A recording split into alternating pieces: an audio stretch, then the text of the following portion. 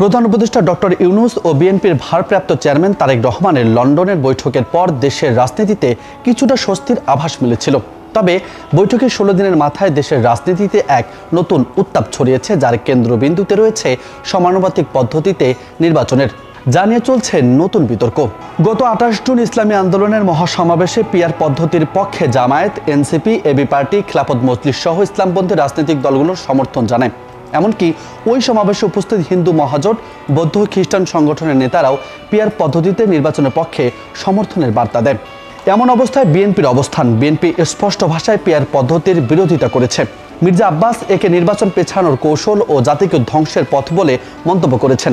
তিনি সরাসরি ইঙ্গিত দিয়েছেন, একটি গোষ্ঠী এই পদ্ধতির মাধ্যমে নির্বাচনকে প্রশ্নবিদ্ধ করতে চায়।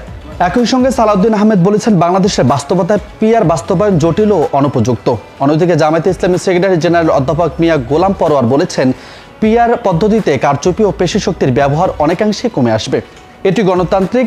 ইসলামী আন্দোলনের সিনিয়র নায়েবে আমির মুফতি ফয়জুল করিমের বক্তব্য ছিল আরও স্পষ্ট।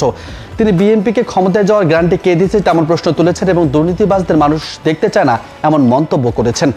সমাবেশে জুলাই আন্দোলনের নেতারা জামায়াত ও ইসলামী ফ্রন্টের সমন্বয়ে হিন্দু, বৌদ্ধ, খ্রিস্টান নেতাদের উপস্থিতি দেখিয়ে দেয় একটি নতুন রাজনীতির অক্ষর তৈরি হতে চলেছে। বিশ্লেষকরা মনে করছেন, বিএনপি ও ইসলামপন্থী দলগুলোর মধ্যে দূরত্ব আরও বেড়েছে। প্রকাশ্যে না থাকলেও আওয়ামী লীগও এই উত্তাপের ভেতরে ভবিষ্যতের জন্য প্রস্তুতি নিচ্ছে। সাবেক সংসদ সদস্য গোলাম মাওলা রনি বলেছেন, যে সমাবেশটি হলো তার পাল্টার একটি সমাবেশ বিএনপি করতে পারবে কিনা তা নিয়ে যথেষ্ট সন্দেহ আছে। যদি পারে, রাজনীতি আরও সংঘাতময় হবে, আর যদি না পারে, বিএনপির অস্তিত্ব সংকটে পড়বে।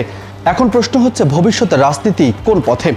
বিশ্লেষকদের মতে, নির্বাচন পদ্ধতি, সময় এবং নেতৃত্বের প্রশ্নে যে মতানৈক্য তৈরি হয়েছে তা বাংলাদেশের আগামী রাজনৈতিক পথচলাকে আরও জটিল করে তুলেছে। রাজনৈতিক বিশ্লেষক মাসুদ কামাল মনে করেন, আওয়ামী লীগ প্রকাশ্যে সক্রিয় না থাকলেও আগামী নির্বাচনের প্রধান ফ্যাক্টর হিসেবে থেকে যাবে। বিএনপি, জামায়াত এখন সেই ভোট ব্যাংক টানার প্রতিযোগিতায় নেমেছে।